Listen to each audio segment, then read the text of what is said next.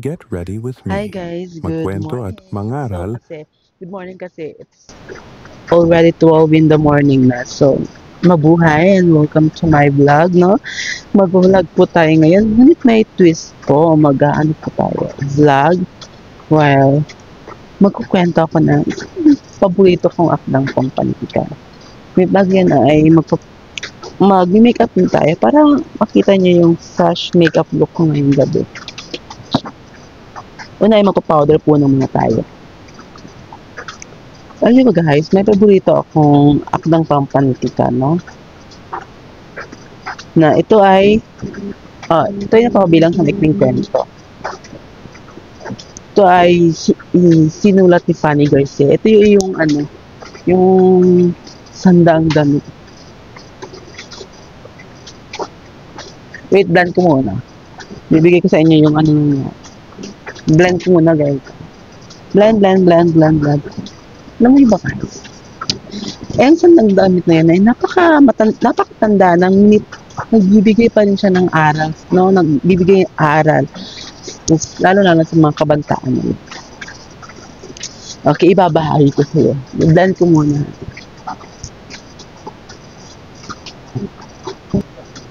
Okay. Ito yung paborito ko talaga na akdang pampalitukan. Ang kwento nito klase ay ito ay sinulat ni Fanny Garcia. May batang babae na mahirap lang sila. Mga damit niya ay luma. Palagi siyang tinutukso sa kanyang mga kaklase dahil sa kanyang kalagayan. Ngunit palagi niyang tinatago ang kanyang baon dahil ayaw niya na tinutukso sa kanyang mga kaklase. Parang pag nandun yung mga kaklase niya ay tinatago niya lang. Pero pag wala ay dahan-dahan nang tumilok sa kinakain. Isang araw ay tinukso siya ng kanyang mga klase dahil sa suot niyang lumang damit. At alam niyo ba class, ang sinabi niya guys pala, sinabi niya na meron ako isang daang damit. Nagulat ang kanyang mga kaklase at nagtanong, kung meron ka isang daang damit, bakit mo mang sinusuot mo? Sabi ng ganun ng kaklase niya. Alam sabi niya, kasi ayokong maluma agad. Ayun ang naging tugon niya. Malakas siya. Malakas siya kasi sumagot siya sa kanyang mga kaklase. Hindi niya ipinakita ang kanyang mga damit. Ikinuwento niya ang kanyang bawat detalye ng kanyang magagarang damit na kanyang iginuhit.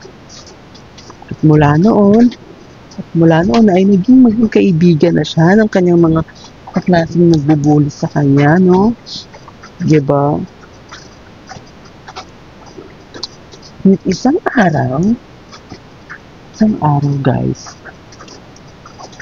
nagtaka ang kanyang mga kaklase at ang kanyang guro kung bakit wala siya nung liban siya sa klase. Agad niyang siyempre ay yung mga kaklase niya ay mag-aalan sa kanya dahil naging kaibigan niya na ito. Agad silang pumunta sa bahay ng batang babae. At pagpunta nila doon, nakita ng mga kaklase niya ang magagarang inukit niya na damit sa dingding. Parang na ganun yung mga kaklase niya. Ito ang sinasabi ng aking kaklase. Ito ay yung bulaklak na damit. Ito yung dilaw na pantulog na sinasabi niyang may prutas. Ito yung puting pansimba niya na may sinturon at bulsa. Ito yung bawat detalye yung sinasabi niya sa kanyang mga kaklase. At doon nakita ng kanyang mga klase ang bawat mga detalyadong sinasabi na inilalarawan ng batang babae ay nakita nila sa dingding. Ito pala isang inukit, sandaang damit. Habang papunta nila doon, ay nakita nilang payat at may sakit ang batang babae. Alam niyo naman, guys, wala namang masama kung tayo'y magpagpanggap, pero kailangan hindi, walang masama kung tayo ay mangarap ng mga ganyan bagay. Pero sana ay maging kontento tayo, no? Yun ay isang mga aral na nakuha ko talaga sa Akdang Pampantikan na yun. Sana ay maging kontento tayo at maging proud ka sa iyong sarili dahil kung gusto ka talaga ng mga taong nasa paligid sa iyo ay tatanggapin ka nila ng buo-buo kahit kung mahirap ka pa, kahit anong kasarian mo. Napakagandang Akdang Pampanitikan ni Fanny Garcia, no? Na siyang kapupulutan talaga ng aral, lalong sa henerasyon natin ngayon. Marami talagang mga ambisyosa, hindi kontento. Ang maibibigay ko lamang na mga aral, lalo na sa mga nanonood, mga followers ko dyan ay huwag niyong limitahan ang sarili sa pangangarap. Walang masamang mangarap.